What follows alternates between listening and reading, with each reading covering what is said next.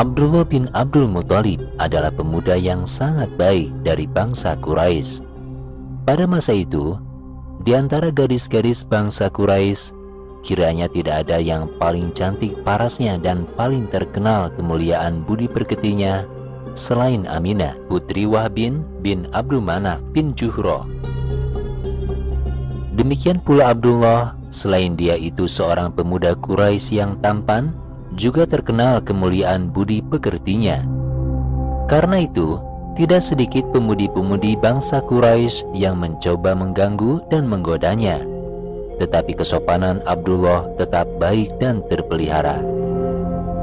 Dengan singkat dapatlah diceritakan bahwa setelah Abdul Muthalib dan Wahb bin Mufakat, kedua merpati Quraisy itu dinikahkan dan kedua-duanya dalam usia kurang dari 20 tahun. Kurang lebih 2 atau 3 bulan setelah hari pernikahan Abdullah dengan Aminah, Abdullah pergi ke negeri Syam untuk berdagang seperti biasanya. Pada waktu itu, Aminah tampak sudah hamil. Dalam perjalanan pulang dari negeri Syam, waktu sampai di kota Yathrib, nama kota Madinah waktu itu, mendadak dia jatuh sakit. Kawan-kawan Abdullah yang pergi bersama-sama dengan Abdullah ke negeri Syam, semua telah pulang ke Mekah. Tetapi Abdullah masih ditinggal di Madinah, diam di rumah seorang Quraisy dari keturunan Adi yang bertempat tinggal di sana.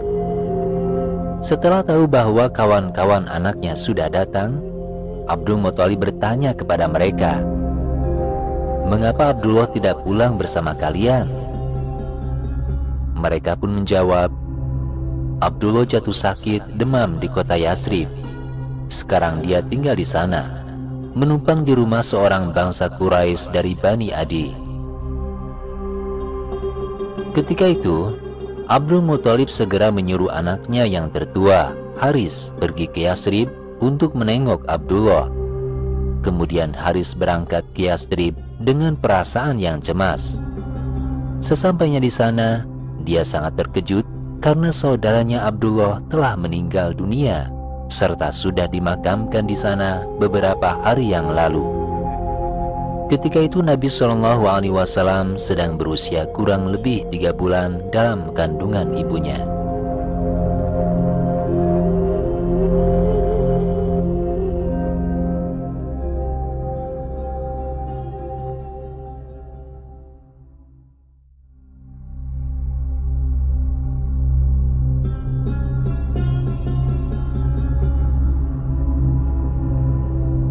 Setelah cukup 9 bulan, Aminah mengandung dengan tidak mendapat halangan apapun. Maka pada subuh, Senin 9 Rabiul Awal, tahun Fil ke-1, bertepatan dengan tanggal 20 April 571 Masehi, lahirlah Nabi Muhammad SAW dengan selamat di rumah ibunya di kampung Bani Hashim di kota Mekah Al-Mukarramah. Dalam riwayat lain dinyatakan di rumah Abu Thalib. Ketika itu, yang menjadi bidan untuk merawatnya adalah Syifa, ibu sahabat Abdurrahman bin Auf radhiyallahu an. Pada saat itu, Abdul Muthalib sedang tawaf di sekeliling Ka'bah. Sekonyong-konyong datang utusan Aminah menghadap kepadanya dengan menyampaikan kabar bahwa Aminah telah melahirkan seorang anak laki-laki dengan selamat. Dengan gembira dan perasaan tidak sabar lagi, Abdul Muthalib tergesa-gesa datang ke rumah Aminah untuk melihat cucunya yang baru lahir. Dalam riwayat lain disebutkan bahwa anak itu dipeluk dan digendong oleh Abdul Muthalib dan segera dibawa ke Ka'bah.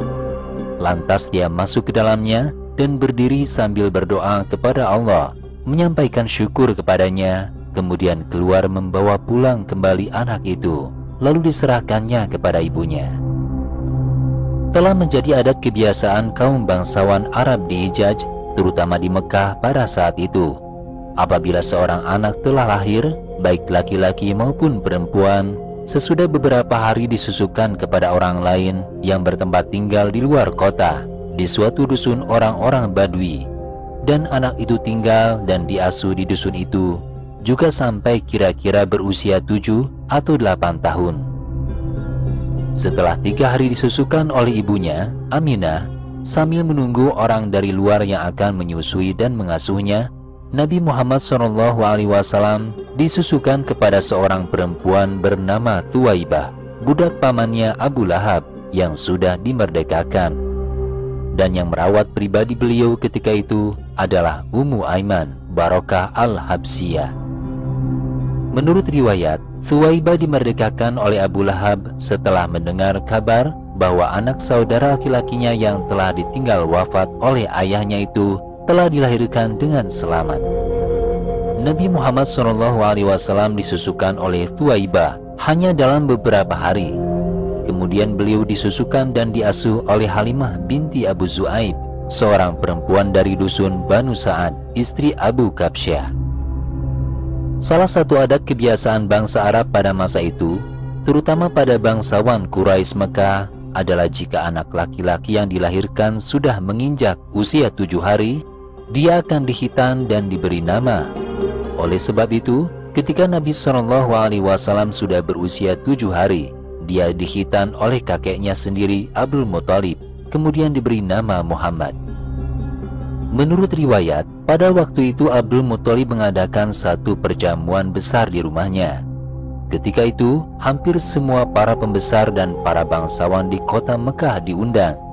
Di antara para tamu perjamuan itu, ada yang bertanya kepadanya, mengapa dia memberikan nama untuk salah seorang keturunan dengan nama yang tidak biasa dipakai oleh bangsa Arab? Pertanyaan itu dijawabnya, aku berharap mudah-mudahan dia anak yang baru lahir menjadi orang yang terpuji di langit pada sisi Allah dan terpuji di bumi pada sisi makhluknya. Khitannya Nabi SAW sesuai dengan adat kebiasaan yang telah berlaku bagi bangsa Arab ketika itu. Jika ada di antara kita yang percaya bahwa Nabi SAW dilahirkan dengan keadaan sudah terkhitan dan terpotong tali pusarnya, kepercayaan tersebut tidak benar.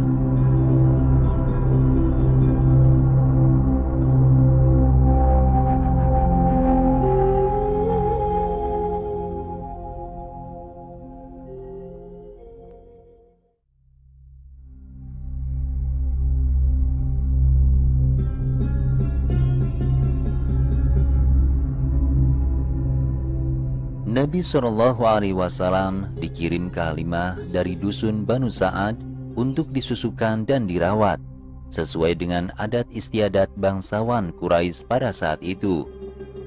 Kebiasaan para bangsawan Quraisy pada waktu itu adalah membiarkan anak-anak hidup di udara gurun yang bersih dan suasana yang bebas. Dengan demikian, tubuh anak dapat menjadi segar dan sehat, dan kecerdasannya dapat didukung oleh semangat kebebasan dan hidup mandiri, karena dia tidak terpengaruh oleh kehidupan sosial orang asing dalam pergaulannya. Selain itu, memungkinkan anak-anak berbicara dalam bahasa Arab asli orang Badui yang sebenarnya, bahasa yang belum rusak karena tidak terpengaruh bahasa Arab asing dan tidak tercampur bahasa orang lain, sehingga anak-anak dapat berbicara dalam dialek Arab yang asli dan fasih. Demikianlah Nabi Muhammad SAW saat itu dibawa oleh Halimah ke dusun Banu Sa'ad, tempat dia disusukan, diasuh, dan dirawat olehnya sampai 4 atau 5 tahun. Untuk detailnya, kami akan menceritakannya secara singkat. Beberapa hari setelah Nabi SAW disusui oleh Thuwaibah, ada para wanita dari pedesaan yang mencari pekerjaan untuk menyusukan anak-anak keluarga bangsawan Quraisy dari Mekah. Salah satu di antara mereka ada wanita dari suku Banu Sa'ad, dikenal pintar dan pandai menyusui, menjaga, dan membesarkan anak-anak. Secara umum, mereka mencari keluarga bangsawan Quraisy yang mampu, yang ayah dari anak-anaknya masih hidup, karena mereka berharap untuk mendapatkan upah dan hasil lebih banyak.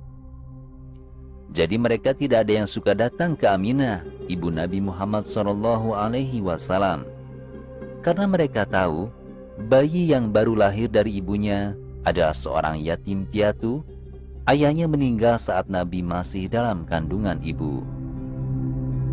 Kebetulan pada saat itu, bagi Halimah, tidak ada dari keluarga bangsawan dan kaya yang bersedia menyerahkan anak-anaknya kepadanya, karena tahu keluarganya dalam kondisi yang memprihatinkan dan tubuhnya sangat tidak menyenangkan.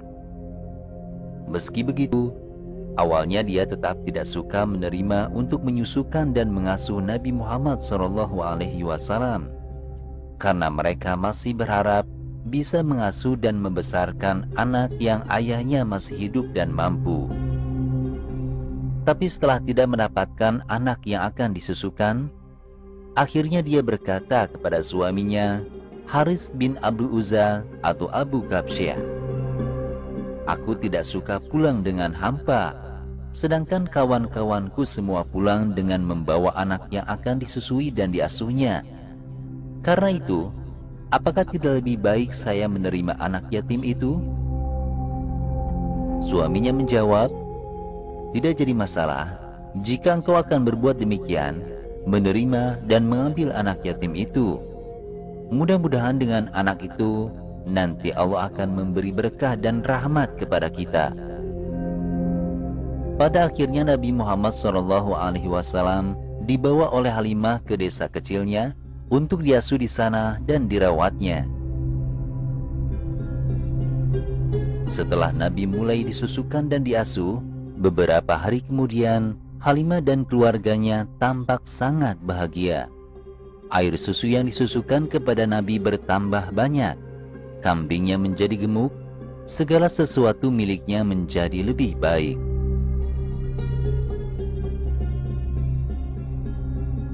Kira-kira 2 tahun setelah Nabi Muhammad SAW disusui dan dirawat oleh Halimah, Halimah kemudian mengantarnya kembali ke ibunya, Aminah. Aminah sangat senang dan menyambutnya, namun ia berharap pada Halimah bisa membawa anaknya kembali ke desa kecilnya, karena Aminah khawatir dengan kondisi anaknya. Tubuh yang subur dan sehat akan terganggu akibat penyakit di kota Mekah.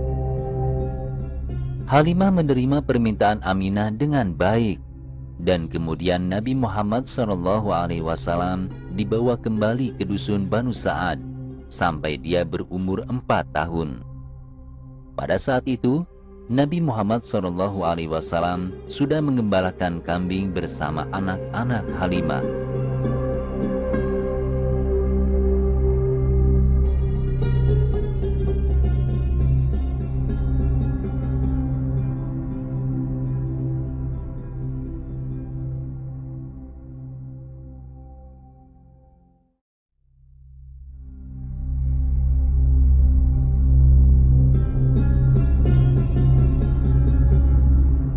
Sejak membantu mengembalakan kambing di dusun Banu Sa'ad, tidak ada kejadian yang mengkhawatirkan terhadap Nabi Muhammad SAW kecil bagi Halimah.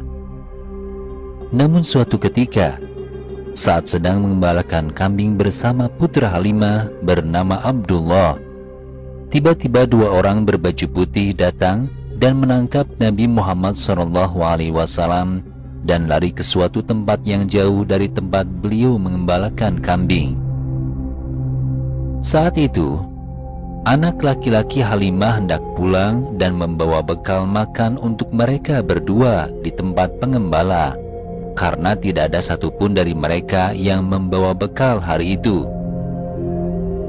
Ketika putra Halimah kembali ke area pengembalaan, dia menemukan bahwa Muhammad tidak ada di sana, karena kedua laki-laki tersebut telah melarikan diri membawa Nabi Muhammad SAW dan melihat dadanya dibelah.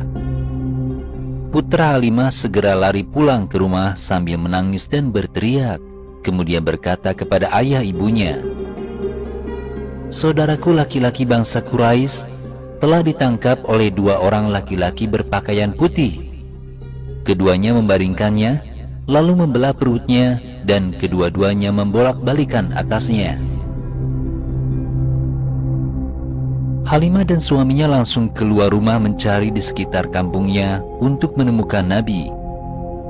Beberapa jam kemudian, ditemukanlah beliau seorang diri sedang duduk termenung di dekat dusun tersebut. Halimah kemudian bertanya pada beliau, "Mengapa engkau sampai berada di sini seorang diri?" Lalu beliau memberitahunya, "Mula-mula ada dua orang laki-laki datang dengan tidak tersangka-sangka, berpakaian serba putih. Mereka lalu mendekati aku, dan salah seorang berkata kepada kawannya, 'Inilah anaknya.' Kawannya menyahut, 'Ya, inilah dia.' Sesudah itu, mereka menangkap aku dan aku dibawa lari ke sini. Di sini aku lalu dibaringkan dan salah seorang dari mereka memegang tubuhku dengan kuatnya. Kemudian perutku dibelahnya dengan pisau. Setelah itu, aku tahu bahwa mereka mengambil suatu benda hitam dari dalam perutku dan benda itu lalu dibuang. Aku sama sekali tidak tahu apakah benda yang tersebut itu dan kemana mereka membuangnya. Setelah selesai, mereka pergi dengan segera. Aku pun sama sekali tidak mengetahui kemana mereka itu pergi, dan aku ditinggal di sini seorang diri." Setelah kejadian ini, Halimah dan suaminya menjadi cemas dan ketakutan jika hal serupa terulang kembali. Oleh karena itu, Muhammad SAW kecil kemudian diserahkan kepada ibunya di Mekah ketika usianya lebih dari 4 tahun.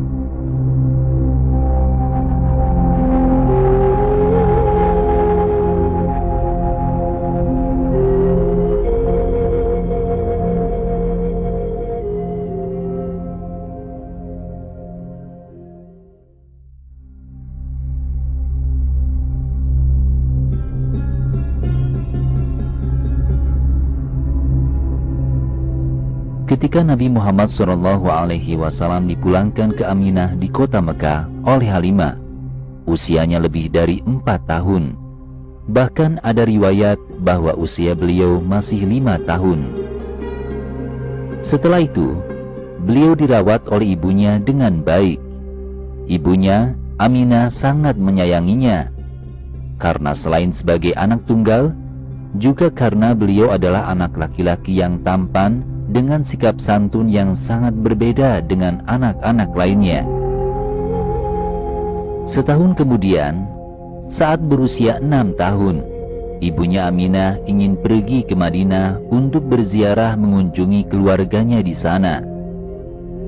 Nabi Muhammad SAW pun diajak ke Madinah bersama Ummu Aiman, seorang budak wanita peninggalan ayahnya. Di Madinah, selain diajak mengunjungi keluarganya dari keluarga Banu Nazar, beliau juga diajak berziarah makam ayahnya. Nabi Muhammad SAW diperlihatkan rumah tempat tinggal ayahnya ketika dia sakit sampai meninggalnya, dan diperlihatkan juga kuburan tempat dia dimakamkan. Hingga 1 bulan, Aminah dan anak kesayangannya serta Ummu Aiman berada di Madinah. Mereka akhirnya kembali ke Mekah. Takdir Allah Subhanahu wa Ta'ala, saat perjalanan mereka sampai di suatu tempat bernama Abwa, Aminah jatuh sakit dan meninggal beberapa hari kemudian, serta juga dimakamkan di sana. Oleh karena itu, Nabi SAW pada saat itu kembali ke Mekah dengan Ummu Aiman. Di sini bisa dibayangkan betapa sedih dan bingungnya Nabi menghadapi musibah kematian ibunya. Hanya beberapa hari beliau mendengar keluhan ibunya tentang kematian ayahnya yang meninggalkan Nabi Muhammad SAW ketika beliau masih dalam kandungan, dan sekarang ibunya telah meninggal di depan matanya. Demikianlah, saat itu beliau telah menjadi anak yatim piatu yang kesepian tanpa ayah dan ibu.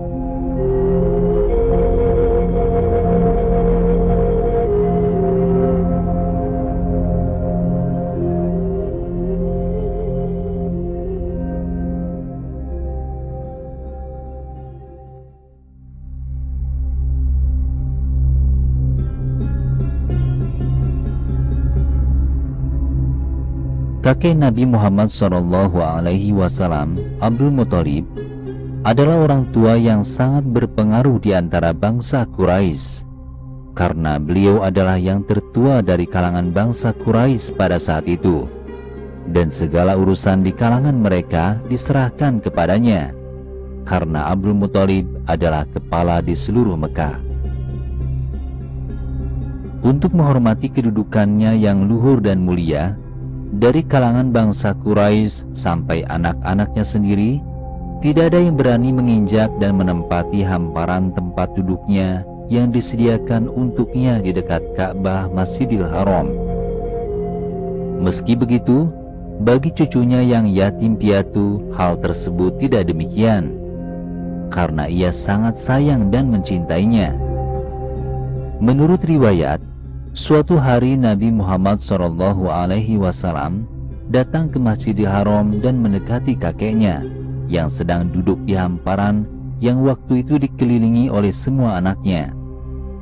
Dengan segera, anak-anak Abdul Muthalib, yaitu paman-paman Nabi Muhammad SAW, menangkap dan menahan Nabi, jangan sampai beliau menginjak tempat duduk kakeknya.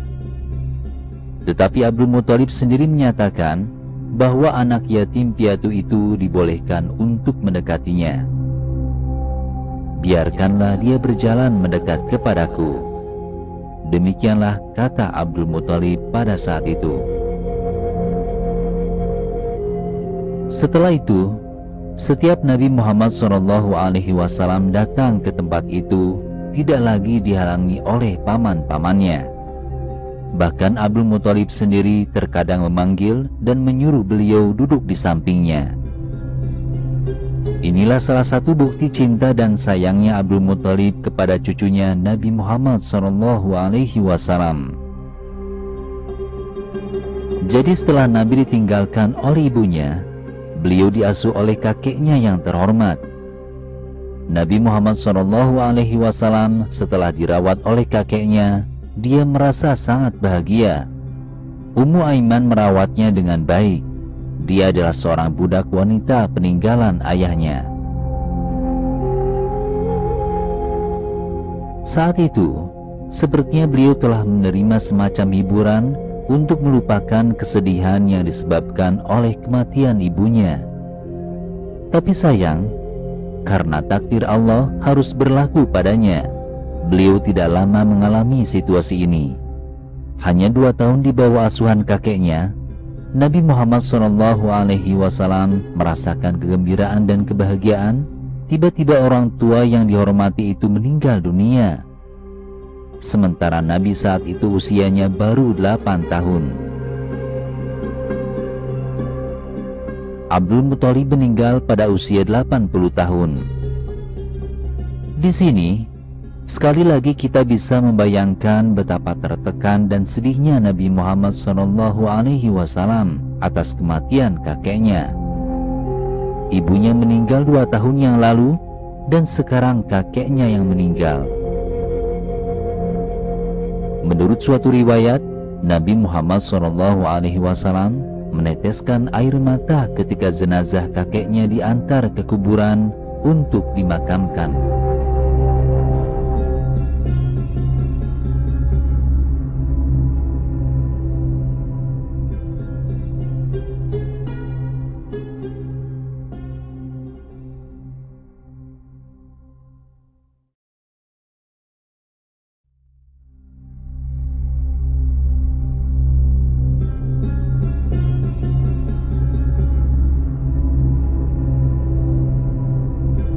Sepanjang riwayat, sebelum wafatnya Abdul Muthalib, kakek Nabi Muhammad SAW, dia dengan tegas berpesan kepada seorang putranya bernama Abdul Manaf atau Abu Thalib. Sang ayah mengirimkan pesan atau wasiat agar putranya harus menjaga dan mengasuh Muhammad SAW, putra dari keponakannya. Saat itu, Abdul Muthalib baru saja datang dari San'a, ibu kota negara Yaman, dan menjadi utusan Arab Quraisy di Mekah untuk mengikuti upacara penobatan Sa'ib bin Ziyazin al-Himyari menjadi Raja Yaman. Mengapa Abdul Muthalib memerintahkan Abdul Manaf atau Abu Thalib untuk menjaga dan merawat keponakannya yang tidak memiliki ayah, ibu, dan kakek? Nyatanya, Abu Thalib sebenarnya bukanlah putra tertua Abdul Muthalib, juga bukan putra orang terkaya Abdul Muthalib. Putra sulung Abdul Muthalib adalah Haris, dan putra yang paling kaya adalah Abbas. Sebenarnya, Abu Thalib adalah putra Abdul Muthalib yang paling tidak mampu. Abdul Muthalib dengan bijak mengungkapkan keinginannya atau berwasiat kepada Abu Thalib tanpa serampangan. Dia tahu siapa di antara anak-anaknya yang bisa menjaga dan merawat cucunya ketika dia meninggal. Nyatanya, pilihan Abdul Muthalib memang benar dan tepat, karena Abu Thalib adalah sosok yang dihormati dan disegani oleh seluruh orang Quraisy, walaupun bukan putranya yang tertua dan terkaya. Dia dihormati dan disegani karena dia adalah anak dari Abdul Muthalib yang berbudi luhur dan memiliki akhlak yang mulia, meskipun dia tidak sekaya Abbas. Oleh karena itu, setelah kakek Nabi Muhammad SAW, yaitu Abdul Muthalib wafat, beliau berada di bawah perawatan dan pengawasan pamannya yang tidak kaya, Abu Thalib. Cinta dan kasih sayang Abu Thalib untuk Nabi tidak berbeda dengan cinta dan kasih sayang kakeknya Abdul Muthalib. Selain itu, Abu Thalib mencintai dan menyayangi keponakannya sebagaimana dia mencintai dan menyayangi anak-anaknya, bahkan melebihi, dan tidak pernah berhenti sejenak pun dari pengawasannya. Beliau selalu makan bersama, tidur bersama, dan membawanya kemana saja. Tetapi hal ini tidak terjadi pada anak-anaknya sendiri. Inilah keadaan Nabi Muhammad SAW selama di bawah asuhan pamannya, Abu Thalib.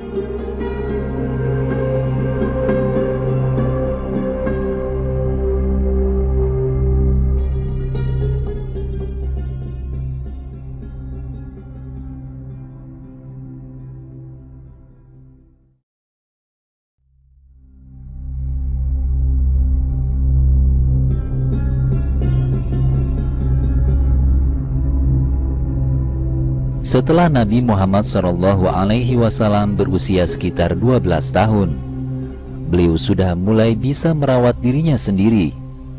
Oleh karena itu, Abu Thalib pada saat itu mempertimbangkan untuk mengikuti salah satu kafilah ke daerah Syam untuk berniaga. Namun, Abu Thalib merasa sangat berat dan meninggalkan keponakannya yang dia cintai dan sayangi. Setidaknya dia tidak pernah berpikir ingin mengajak putra keponakannya untuk berdagang ke negeri Syam. Dalam benak Abu Thalib saat itu, tidak pantas mengajak putra keponakannya melakukan perjalanan jauh melewati gurun pasir yang luas dan terik matahari. Oleh karena itu, meskipun Abu Thalib merasa berat untuk meninggalkan anak keponakannya, dia memutuskan untuk meninggalkan anak tersebut untuk sementara waktu karena keterpaksaannya. Tetapi ketika kafilah itu akan pergi dan Abu Thalib hendak mengikuti kafilah tersebut, Nabi Muhammad SAW tiba-tiba datang meminta agar mengikuti pamannya untuk berdagang di wilayah Syam. Karena cinta Abu Thalib kepada keponakannya, ia terpaksa membawanya. Karena itu, Nabi Muhammad SAW ikut serta dalam perdagangan di tanah Syam. Peristiwa ini sering disebut dalam kitab-kitab tarikh. Kepergian Nabi Muhammad SAW ke wilayah Syam yang pertama kali terjadi pada tahun 583 Masehi. Abu Thalib dan keponakannya Muhammad sedang melakukan perjalanan dari Mekah ke wilayah Syam. Saat itu, kafilah mereka tiba di kota Basrah di bagian selatan negeri Syam, dan mereka bertemu seorang pendeta Nasrani bernama Bakhirah. pendeta itu melihat wajah Nabi Muhammad SAW dan menatapnya. Kemudian dia berwasiat kepada Abu Thalib bahwa hendaknya Abu Thalib harus benar-benar mengawasi dan menjaga anak laki-laki yang dibawanya, karena anak tersebut bukanlah anak biasa. Anak ini suatu hari akan menjadi penutup Nabi dan Rasul Tuhan, dan suatu hari dia akan dimusuhi kaum dan bangsanya. Pendeta tersebut menyatakan hal ini berdasarkan tanda-tanda fisik anak itu, sesuai dengan yang termaktub dalam kitab sucinya, Injil. Ia lalu memberitahu Abu Thalib bahwa setelah menyelesaikan urusannya di wilayah Syam, ia harus segera mengajak anak itu kembali ke negerinya. Sebab jika dia diketahui oleh orang-orang Yahudi, tentu dia akan dibunuh. Setidaknya mereka akan menyakitinya. Setelah Abu Thalib menerima wasiat itu, selama di negeri Syam selalu diiringi perasaan cemas dan takut. Segera setelah menyelesaikan urusan niaga dan perdagangannya di Syam, ia segera kembali ke Mekah bersama putra keponakannya. Itulah peristiwa mengherankan yang dialami Abu Thalib pada diri Nabi Muhammad SAW. Diriwayatkan bahwa perdagangan Abu Thalib di tanah Syam saat itu tidak banyak menghasilkan keuntungan karena terburu-buru dalam menjual barang dagangannya dan terus memikirkan pesan pendeta Bakhira tersebut. Meski begitu, selama Abu Thalib dan putra keponakannya itu selamat dari musibah yang bisa membahayakannya, namun dengan hasil perdagangannya, ia tetap ikhlas dan tidak menyesal. Akhirnya, dia bisa kembali ke Mekah dengan selamat bersama putra keponakannya.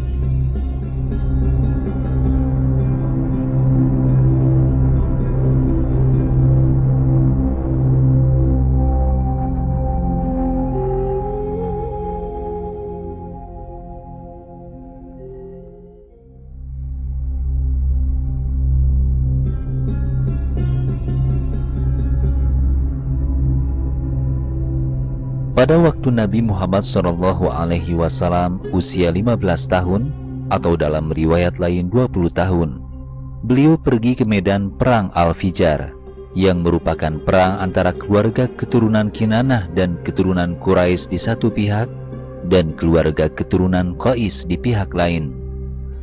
Peperangan itu terjadi di suatu tempat bernama Nakhlah antara Mekah dan Taif.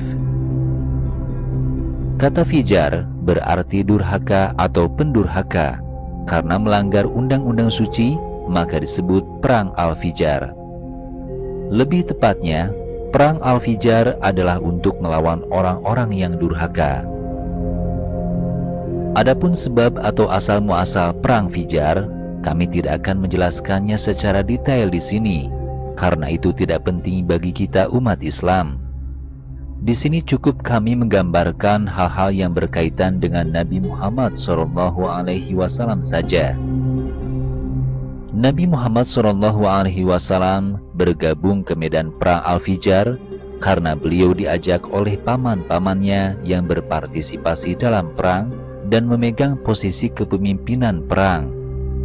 Paman-paman beliau ini termasuk Zubair bin Abdul Muthalib dan saudara-saudaranya Abu Thalib, Hamzah, dan Abbas yang memimpin perang keluarga keturunan Bani Hashim.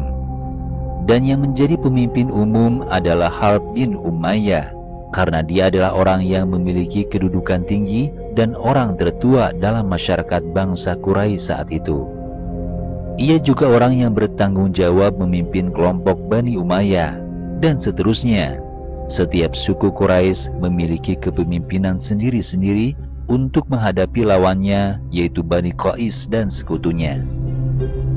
Sepanjang perang Fijar ini berlangsung selama 4 tahun dan kemudian berakhir dengan damai.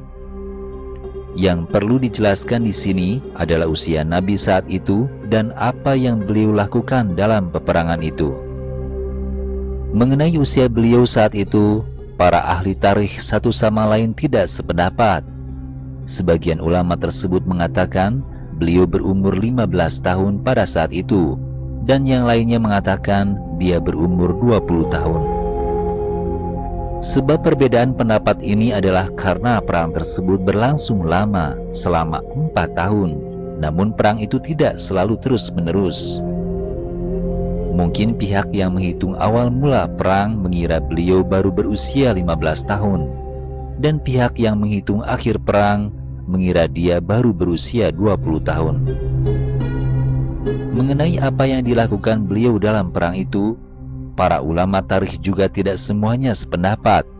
Beberapa dari ulama tersebut mengatakan bahwa beliau hanya mengumpulkan panah yang datang dari musuh ke barisan kaum Quraisy, kemudian menyerahkannya kepada paman-pamannya dan melepaskan kembali ke arah musuh. Beberapa ulama lain mengatakan beliau juga melepaskan panah ke arah musuh. Seperti yang telah disebutkan sebelumnya, sebab perbedaan tersebut adalah karena perang tersebut berlangsung lama. Oleh karena itu, tidaklah salah untuk mengatakan bahwa kedua pandangan para ulama ahli tarikh itu sama-sama benar. Jelasnya, di awal perang, beliau masih kecil, mungkin baru berusia 14 atau 15 tahun, dan beliau hanya bekerja mengumpulkan anak panah. Di akhir perang, beliau sudah sedikit lebih besar dan dewasa, sehingga beliau juga terlibat dalam serangan dan melepaskan anak panah. Nabi Muhammad SAW pernah menyatakan dalam sabdanya setelah beberapa tahun beliau diangkat sebagai Nabi dan Rasul Allah, "Sesungguhnya aku ikut menghadirinya, perang Fijar itu, bersama-sama dengan para pamanku, dan aku turut melepaskan panah dalam peperangan itu, dan aku tidak suka kalau aku tidak berbuat."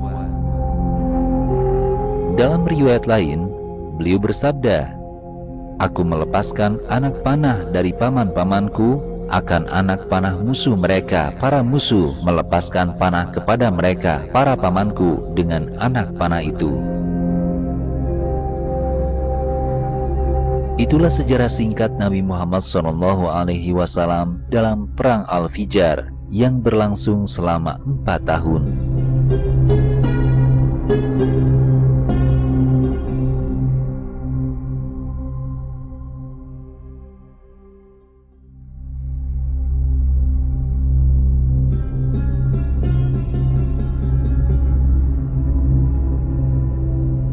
Perlu diuraikan terlebih dahulu alasan munculnya perserikatan bernama Hilful Fudul ini. Untuk mengetahui mengapa organisasi tersebut muncul dalam masyarakat Quraisy di Mekah saat itu. Menurut riwayat, setelah kematian pemimpinnya Hashim dan Abdul Muthalib, status bangsa Quraisy mulai jatuh dari pandangan kabilah dan seluruh bangsa Arab. Kabilah-kabilah lain tidak memiliki rasa takut lagi terhadap mereka, apalagi setelah Perang Al-Fijar. Kelemahan mereka terlihat jelas. Kelemahan bangsa Quraisy bermula dari kesalahan mereka sendiri, termasuk kesalahan tidak adanya persatuan dalam masyarakatnya. Pimpinan dari masing-masing suku keturunan Quraisy saling memberi pengaruh dan perebutan kekuasaannya masing-masing, dan masing-masing ingin memonopoli pangkat kehormatan sebagai pengurus Ka'bah di Masjidil Haram. Perang Fijar saat itu membuktikan kelemahan mereka. Munculnya Perang Fijar ini berasal dari perbuatan orang Arab lain atas keturunan Quraisy. Peristiwa ini menunjukkan bahwa masyarakat Arab dari kabilah lain sudah berani menyerang masyarakat Arab keturunan Quraisy, padahal belum pernah terjadi sebelumnya. Perang Fijar yang berlangsung selama 4 tahun itu, jika perdamaian belum berakhir, maka keturunan Quraisy akan kalah. Apalagi di kota Mekah saat itu, bisa dikatakan belum ada jaminan keamanan. Kekuasaan Quraisy tidak dapat menjamin keamanan penduduk Mekah dan sekitarnya. Di lingkungan pemerintahan kota Mekah, tidak ada kehakiman dan kepolisian yang bisa mengadili perilaku kejahatan atau kesalahan dari mereka yang melakukannya, demi melindungi dan menjaga hak milik dan keselamatan jiwa masyarakat, agar tidak diganggu oleh orang yang suka melakukan perbuatan semena-mena. Oleh karena itu, tidak mengherankan jika seseorang yang merasa memiliki kekuatan dan kekuasaan suka menindas kaum lemah. Akibatnya, Penganiayaan terhadap yang lemah dari lapisan bawah merajalela, karena mereka yang bertindak semena-mena atau menganiaya siapapun tidak diadili dan dihukum. Terkait hal tersebut, akhirnya beberapa orang Quraisy dari Bani Hashim, Bani Abdul Muthalib, dan Banu Taim yang diketuai oleh Zubair bin Abdul Muthalib berinisiatif mengadakan pertemuan penting di rumah Abdullah bin Jud'an At-Taimi, orang tertua dan paling berpengaruh di masyarakat Quraisy saat itu. Adapun yang dibicarakan dalam pertemuan itu terkait dengan tidak adanya kehakiman dan undang-undang yang melindungi kepentingan seluruh warga Mekah dan sekitarnya, terutama masyarakat lemah dan kelas bawah yang dianiaya oleh mereka yang kuat. Keputusan yang dimusyawarahkan dalam pertemuan itu dirangkum sebagai berikut. Di kota Mekah dan sekitarnya didirikan perserikatan untuk memulihkan keamanan dan menegakkan keadilan bagi seluruh penduduk kota Mekah dan sekitarnya. Perserikatan tersebut dinamakan Hilful Fudul, sumpah utama, dan berbasis di kota Mekah. Cara untuk mencapai tujuan utama ini adalah sebagai berikut. Di kota Mekah dan sekelilingnya, jangan sampai ada seorang yang dianiaya atau diperlakukan dengan sewenang-wenang oleh seorang dari bangsa lain, sekalipun orang asing yang datang dari luar negeri atau orang yang terhitung budak belian. Akan dijaga baik-baik semua hak-haknya dari penganiayaan atau perbuatan sewenang-wenang. Dengan tidak memandang bangsa atau kulit, barang siapa yang berani berbuat aniaya atau sewenang-wenang terhadap diri orang lain di kota Mekah dan daerahnya, dia akan mendapat hukuman yang setimpal dengan perbuatannya tersebut. Sekalipun yang berbuat aniaya atau sewenang-wenang itu misalnya seseorang dari golongan bangsawan Quraisy sendiri, dia tentu akan mendapat hukuman yang setimpal.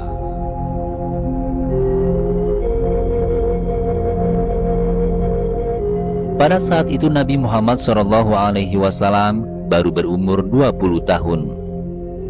Meskipun beliau tampak sebagai orang termuda dalam permusyawaratan, tapi beliau dikenal sebagai orang yang cerdas, santun, dan berbudi luhur, sehingga beliau terpilih menjadi anggota perserikatan tersebut.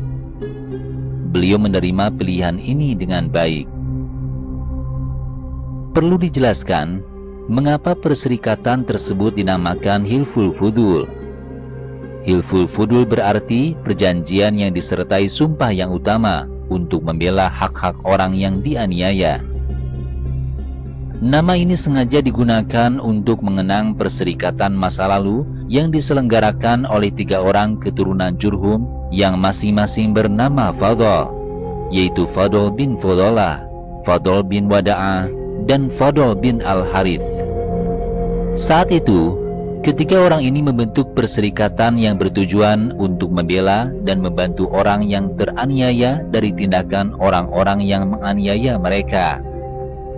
Karena peristiwa tersebut sangat penting untuk diperingati, para pemimpin Quraisy dengan suara bulat memutuskan untuk menggunakan nama Hilful Fudul untuk tujuan yang sama. Selain itu, beberapa ulama meriwayatkan bahwa setelah pengumuman keberadaan Hilful Fudul kepada seluruh masyarakat Arab saat itu, perserikatan tersebut segera melakukan upaya serius untuk mencapai tujuannya.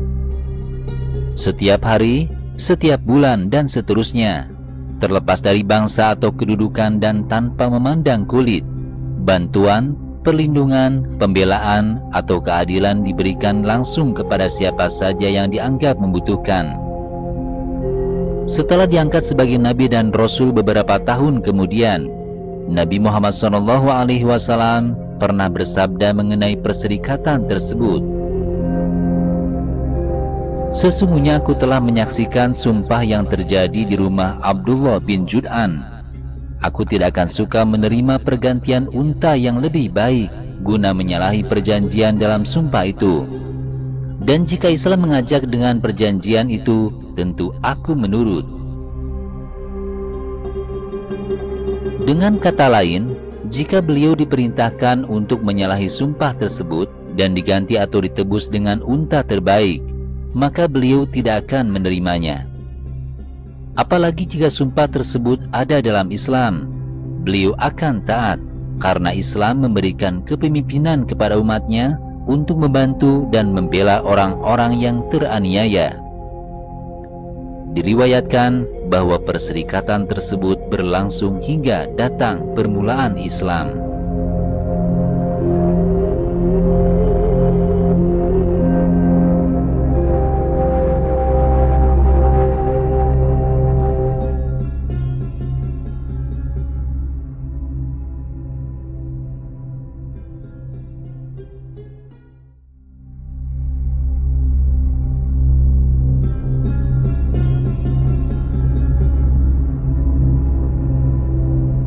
Perlu diketahui terlebih dahulu apa mata pencaharian Nabi Muhammad SAW sebelum menikah dengan Khadijah, setelah ibu dan kakeknya meninggal hingga menikah dengan Khadijah. Seperti yang sudah dijelaskan di episode sebelumnya, beliau telah ditinggalkan oleh ayahnya sejak beliau berumur 2 bulan di dalam kandungan ibunya.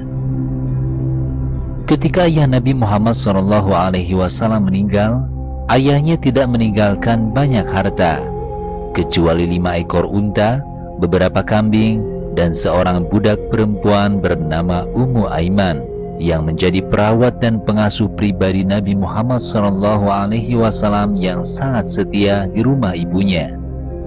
Beliau lahir sudah tidak memiliki ayah atau yatim.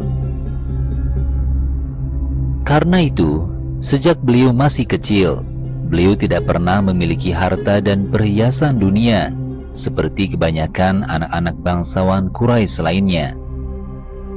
Saat usia beliau sekitar 4 tahun, sewaktu diasuh oleh Halimah di desanya, beliau dan anak-anak Halimah sendiri dengan sukarela mengembala kambing milik Halimah. Setelah kembali ke Mekah dari dusun Banu Sa'ad, beliau mengembalakan kambing lagi. Adapun kambing-kambing tersebut bukan kambingnya sendiri, bukan kambing peninggalan ayahnya, bukan pula kambing milik ibu dan kakeknya, melainkan kambing milik orang Mekah. Setelah ditinggal wafat ibunya, sekalipun saat itu berada di bawah asuhan kakeknya, dan kakeknya adalah pemimpin dan memiliki kekuasaan di Mekah, beliau tidak malu bekerja sebagai buruh mengembala kambing milik orang Mekah dengan bayaran yang sedikit. Riwayat pekerjaan sebagai pengembala kambing dinyatakan oleh beliau sendiri kepada beberapa sahabat beliau ketika beliau sudah menjadi Nabi dan Rasul Allah, yaitu sebagai berikut. Allah tidak mengutus seorang Nabi, melainkan dia pernah mengembala kambing. Para sahabat bertanya, "Dan engkau ya Rasulullah?" Beliau bersabda, "Dan aku sudah pernah juga mengembala kambing milik orang Mekah dengan menerima upah yang tidak seberapa banyaknya." Dalam riwayat lain, beliau bersabda, "Nabi Musa diutus dan dia seorang pengembala kambing, dan Nabi Daud diutus dan dia seorang pengembala kambing, dan aku diutus dan aku juga pengembala kambing ahliku atau keluargaku di kampung Jiyad." Seperti yang disebutkan sebelumnya, setelah Nabi Muhammad SAW berumur 12 tahun, beliau dan pamannya Abu Thalib berdagang ke negeri Syam. Namun karena beberapa hal yang membuat pamannya sangat khawatir, pamannya berhenti pergi ke Syam untuk berniaga. Setelah kembali dari Syam, Abu Thalib terpaksa diam dan tinggal di Mekah. Adapun nafkah untuk keluarganya didapat dari kekayaannya yang tidak banyak. Saat itu, Nabi hanya tinggal bersama anak-anak pamannya yang lain, dan pekerjaan yang dilakukan beliau adalah yang biasa dilakukan oleh anak-anak seusianya. Setelah Nabi Muhammad SAW beranjak remaja dan dewasa, beliau belum memiliki pekerjaan yang pasti, yang hasilnya dapat digunakan untuk bekal kehidupannya sehari-hari.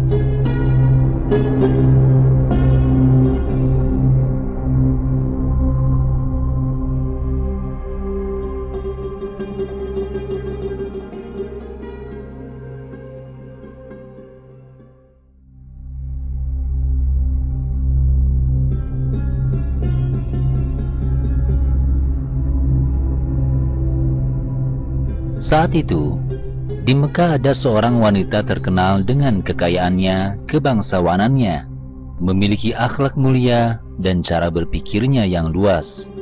Dia adalah seorang pengusaha besar di Mekah. Saat itu, ia sudah berstatus janda karena suaminya telah meninggal dunia. Namanya Khadijah dan merupakan putri dari Khuwailid, keturunan dari Asad bin Abdul Uzza bin Qusay. Kebangsaannya dengan pribadi Nabi SAW adalah sama. Bahkan silsilahnya dan silsilah pribadi Nabi SAW dekat sekali. Saat itu, di antara penduduk Mekah dan sekitarnya, baik pria maupun wanita, banyak yang turut menjual barang dagangan milik Khadijah yang dijual ke luar negeri, seperti di Syam, Irak, dan tempat-tempat lain. Beliau menjual berbagai macam barang. Nabi pada saat itu adalah seorang pemuda yang terkenal di Mekah dan sekitarnya. Beliau adalah seorang pemuda yang berbudi luhur dan berakhlak mulia. Perilakunya selalu berbeda dengan kebiasaan orang lain, terutama kaum muda. Karena perilakunya tidak pernah mengecewakan orang lain, apalagi jika menyangkut kejujuran. Beliau digelari Al-Amin, yang artinya orang yang bisa dipercaya atau jujur. Gelarnya sangat terkenal, sehingga orang hampir tidak tahu nama aslinya, Muhammad. Saat itu, usia beliau sekitar 24 tahun. Khadijah pun mendengar kabar bahwa ada seorang pemuda yang tinggal di desa Bani Hashim di Mekah, namanya Muhammad Al-Amin. Yang mengasuhnya adalah seorang paman yang hampir tua dan tidak mampu, bernama Abu Thalib. Kehidupan Abu Thalib yang tidak kaya selalu berusaha mencari cara untuk mencari nafkah bagi putra keponakannya, Muhammad, untuk jaminan kehidupan sehari-harinya. Bahkan pada saat itu, Abu Thalib teringat akan usianya yang sudah lanjut, dan keponakannya Muhammad sudah mulai dewasa dan masanya harus menikah. Dia benar-benar memikirkan Nabi agar bisa memiliki mata pencaharian atau sumber penghidupan yang pasti. Abu Thalib sangat perhatian terhadap keponakannya, sehingga akhirnya dia membuat keputusan agar Muhammad SAW sebaiknya berdagang. Ketika Abu Thalib mendengar kabar bahwa kafilah Quraisy yang memperdagangkan barang-barang Khadijah akan berangkat ke tanah Syam, dia dan saudara perempuannya Atika berunding tentang keponakannya pada saat itu. Apakah sebaiknya Muhammad SAW berdagang seperti halnya para kafilah Quraisy lainnya, agar beliau bisa mendapatkan penghasilan untuk kehidupannya sehari-hari? Abu Thalib berpendapat bahwa beliau sebaiknya berdagang, dan pandangan ini disetujui oleh saudara perempuannya. Akhirnya keponakannya itu disuruh berdagang dan berjualan barang milik Khadijah. Kemudian suatu hari, Abu Thalib memanggil Nabi dan mengatakan, "Hai anak saudaraku, sebagaimana telah kamu ketahui bahwa pamanmu ini sudah tidak mempunyai kekayaan lagi, padahal keadaan sudah sangat mendesak. Maka apakah tidak baik kalau kamu mulai berniaga dari sedikit ke sedikit, yang hasilnya dapat kamu pergunakan untuk kepentinganmu sehari-hari?" Nabi SAW pun menjawab, "Saya hanya menuruti apa yang diinginkan paman saya." Tak lama setelah itu, Abu Thalib bertemu Khadijah dan mengajukan permintaannya. Khadijah langsung menerima dan menyetujui semua yang diinginkannya. Akhirnya Nabi SAW diminta agar datang ke rumahnya untuk mengambil dan membawa barang dagangan Khadijah ke tanah Syam. Kemudian pada hari yang ditentukan, Nabi SAW datang ke rumah Khadijah untuk membicarakan dan memilih barang-barang dagangan yang akan dibawa ke negeri Syam. Dalam pembicaraan Khadijah dengan Nabi SAW ketika itu adalah mengenai masalah keuntungan. keuntungan yang akan diberikan jika dagangan yang dibawa oleh Nabi SAW nantinya sudah laku, lebih dari keuntungan yang biasanya diberikan kepada orang lain. Sekembalinya dari rumah Khadijah, beliau mendatangi pamannya Abu Thalib dan melaporkan semua yang telah terjadi dan yang dibicarakan oleh Khadijah. Setelah mendengar laporannya, Abu Thalib sangat gembira, lalu berkata, "Hai Muhammad, gembiralah engkau, dan semoga Tuhan mengaruniai laba dan keuntungan yang besar atas usahamu menjualkan barang perniagaan Khadijah." Kemudian, ketika tiba saatnya kafilah-kafilah Quraisy yang membawa dagangan pergi ke tanah Syam, Nabi SAW segera berkemas dan juga akan pergi bersama mereka membawa perdagangan dari Khadijah. Keberangkatannya saat itu tanpa disangka-sangka sebelumnya, didampingi oleh seorang pelayan Khadijah, Maisarah. Nabi SAW akhirnya pergi dari Mekah ke Syam untuk berdagang ditemani oleh Maisarah bersama kafilah yang membawa barang dagangan. Beliau melewati lautan pasir yang luas di bawah terik matahari.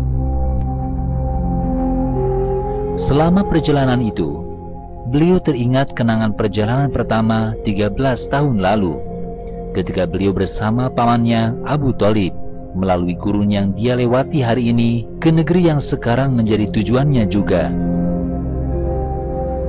Perjalanan Nabi SAW ke tanah Syam yang kedua kali ini biasa disebutkan di kitab-kitab tarikh sebagai perjalanan ke negeri Syam untuk yang kedua kalinya.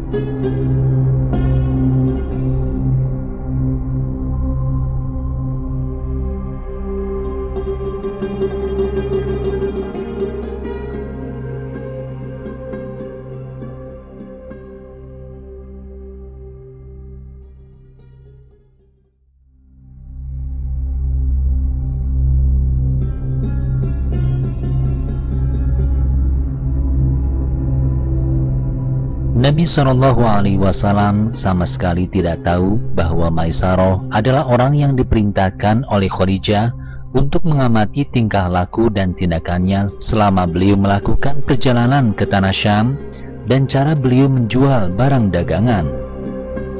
Dalam perjalanannya, beliau selalu diikuti dan diawasi oleh Maisarah. Maisarah tampaknya telah menjadi pelayan Khadijah yang setia dan dapat dipercaya oleh Khadijah. Terbukti dalam mengikuti perjalanan Nabi ke tanah Syam, dia selalu menemani dan memperhatikan perbuatan Nabi, antara lain jika Nabi SAW berhenti di satu tempat, dia juga berhenti. Jika beliau berjalan, dia berjalan dengan memperhatikan gerakannya dan seterusnya. Di sepanjang jalan dari Mekah ke Syam, Nabi menunjukkan sikap dan gerak tubuh yang sangat berbeda dari orang lain. Di antaranya, jika para kafilah berhenti di pemberhentian kafilah, beliau juga berhenti. Namun di pemberhentian itu, beliau tidak suka melakukan apa yang dilakukan orang-orang yang berada dalam perjalanan yang sama. Beliau tidak suka berkumpul dan berkerumun, seperti kebiasaan di antara mereka yang mengikuti kafilahnya. Beliau tidak mau mengikuti tingkah teman-temannya. Beliau hanya diam sendirian di tempat yang terpencil. Maisarah sebagai orang yang selalu mengamati gerak-gerik beliau tentu heran melihat tingkah laku utamanya dan apa yang ia rasakan di dalam hati dan jiwanya sendiri. Diriwayatkan, ketika Nabi SAW sesampainya di kota Syam, beliau turun di pasar Busra yang merupakan tempat pemberhentian kafilah di kota tersebut. Di tempat itu, beliau sendirian, tidak berkumpul bersama teman-temannya. Lalu beliau beristirahat sendirian di suatu tempat dan berteduh di bawah pohon besar yang letaknya di dekat pasar. Melihat hal tersebut, Maisarah terdiam, tidak berani bertanya dan tidak berani mengajaknya istirahat dan berteduh di tempat lain. dan beliau yang berada di tempat itu diam saja sambil melihat dan memperhatikan kondisi di sekitar tempat itu. Saat itu, Maisarah memberanikan diri untuk meninggalkan beliau sebentar, ingin mampir ke kenalannya yang tinggal di dekat pasar. Ketika Maisarah baru saja tiba di tengah perjalanannya, tiba-tiba ia bertemu dengan seorang pendeta Nasrani bernama Mathurah, karena pendeta tersebut sudah mengenal Maisarah. Setelah pendeta menyapa Maisarah, pendeta bertanya, "Siapakah pemuda yang duduk di bawah pohon besar itu?" Maisarah pun menjawab, "Pemuda itu berasal dari tanah Haram, Mekah, ia keturunan Quraisy." Selanjutnya, sang pendeta bertanya, "Adakah dalam kedua matanya tanda merah?" Maisarah pun berkata, "Ya, itu dia, dan dia itulah penghabisan nabi-nabi Allah. Mudah-mudahan aku nanti dapat mengetahui dikala ia diangkat menjadi nabi." Begitulah kata pendeta. Selanjutnya, dia berkata, "Tidak ada seorang pun yang berani berteduh di bawah pohon itu, melainkan dia adalah seorang yang akan menjadi nabi dan pesuruh Allah." Kemudian pendeta itu lari menemui Nabi di bawah pohon itu, dan setelah mengetahui sifat-sifat atau tanda-tanda yang ada di wajah beliau, dia langsung mencium kepala dan kakinya, lalu berkata, "Aku percaya kepada engkau dan aku menyaksikan bahwasanya engkaulah yang telah disebutkan oleh Allah dalam Taurat." Kemudian dia berkata, "Ya Muhammad, sesungguhnya aku telah melihat tanda-tanda kenabian yang ada pada engkau, sebagaimana yang telah disebutkan dalam kitab-kitab kuno. Hanya tinggal satu tanda yang belum aku lihat, maka dari itu, bukalah pelikatmu sebentar untuk aku lihat." Setelah dia melihat Nabi sambil memperhatikan sejenak, lalu berkata, "Aku bersaksi bahwa tidak ada Tuhan melainkan Allah, dan saya menyaksikan bahwasanya engkau itu Rasul Allah, lagi Nabi yang ummi, yang pernah diberitakan dengan kegembiraan oleh Isa ibnu Maryam, karena beliau pernah berkata, 'Tidak akan turun pada masa kemudian dariku di bawah pohon ini, melainkan seorang Nabi yang ummi, lagi dari bangsa Arab keturunan Hashim, serta berasal dari penduduk Mekah.'" Begitulah keadaan dan kejadian yang mencengangkan selama perjalanan Nabi ke tanah Syam pada saat itu. Meskipun pada saat itu beliau belum diangkat dan ditetapkan sebagai Nabi dan Rasulullah. Kemudian, setelah Nabi sampai di kota Syam dan tibalah waktunya untuk menjual barang dagangannya di kota itu, dia kemudian menjual barang dagangan yang dibawanya dari Khadijah bersama dengan Maisarah. Namun cara beliau menjual dagangannya tidak seperti kebanyakan orang, karena dia tidak suka mengikuti cara-cara yang selama ini digunakan oleh banyak orang. Cara beliau berdagang adalah berapa harga pokok dari Khadijah yang sebenarnya dia sebutkan kepada pembeli, dan tentang keuntungan bagi beliau terserah pembeli. Oleh karena itu, para pedagang di tanah Syam sangat senang membeli dagangan beliau, karena merasa tidak akan tertipu soal harga barang yang akan mereka beli. Adapun keuntungan bagi beliau, pembelinya sudah memikirkannya sendiri dan memberi cukup, hanya untuk menutupi biaya pulang pergi Mekah dan Syam. Maisarah melihat perbuatannya yang menjual dagangan tersebut. Dia tercengang dan heran, tetapi tidak berani mengucapkan sepatah kata pun.